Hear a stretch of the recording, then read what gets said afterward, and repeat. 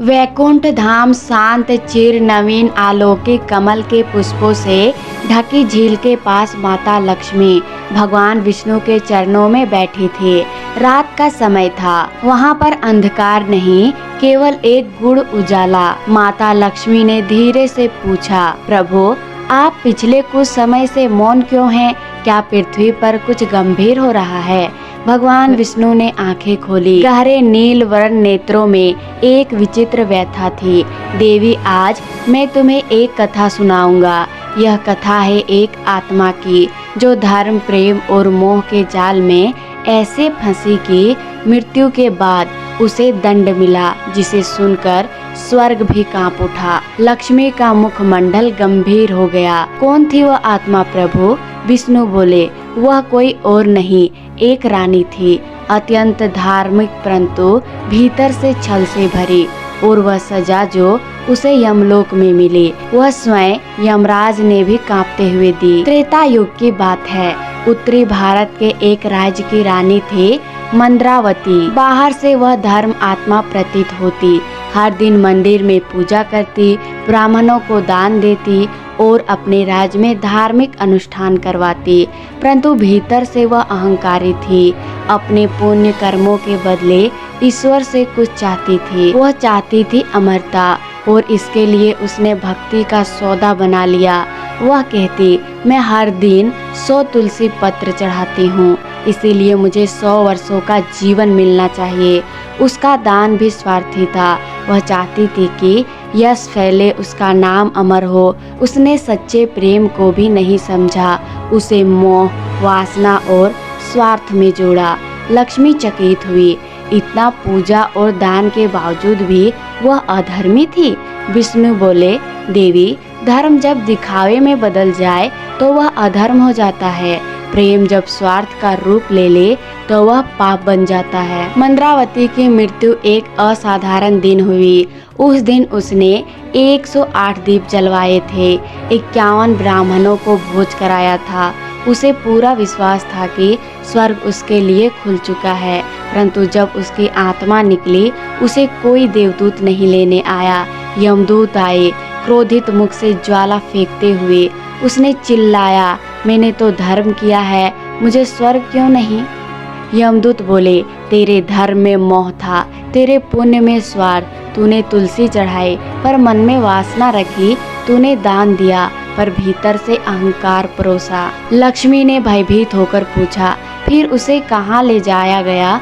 विष्णु बोले, महानरक, यमलोक का वह भाग जहाँ केवल वे आत्माएं जाती है जिन्होंने धर्म का अपमान किया हो। महान नरक में मंद्रावती को एक विशाल काली गुफा में डाला गया। वहाँ अंधकार इतना था कि आत्मा तक अपनी स्मृति खोने लगे। उसके चारों ओर लोहे के कील लगे थे जो उसकी स्मृति से उसकी हर स्वार्थी पूजा को बाहर निकालते। हर बार जब वह कहती, मैंने भक्ति की थी, तब एक जलती हुई छाया उसकी आत्मा को घेरती और कहती, भक्ति नहीं, सौदा किया था।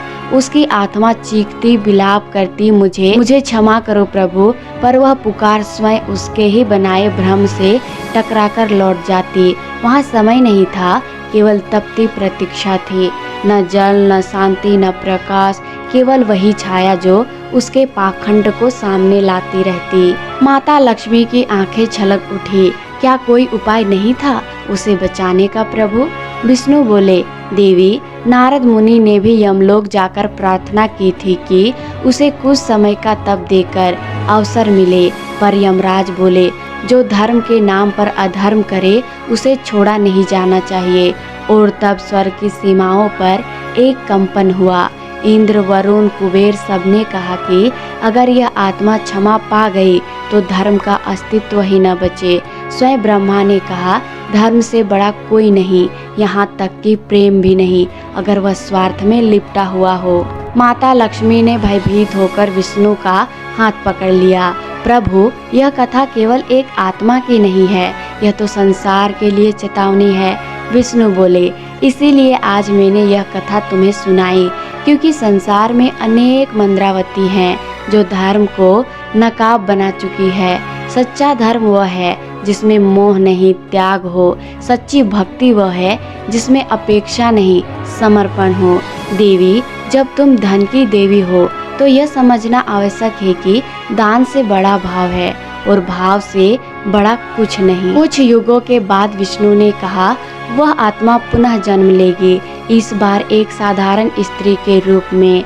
उसके जीवन में कोई यश नहीं होगा, परंतु अगर वह बिना अपेक्षा के प्रेम करे, सेवा करे तो वह मुक्त हो जाएगी। पर यदि उसने फिर से भक्ति को सौदा बनाया तो वह सजा दोहराएगी। लक्ष्मी ने मौन होकर सिर झुकाया। मैं समझ गई प्रभु, सत्य धर्म केवल वही है जिसमें शांति हो, सत्य हो और अपने लिए कुछ न हो। विष्णु मुस्कुराए।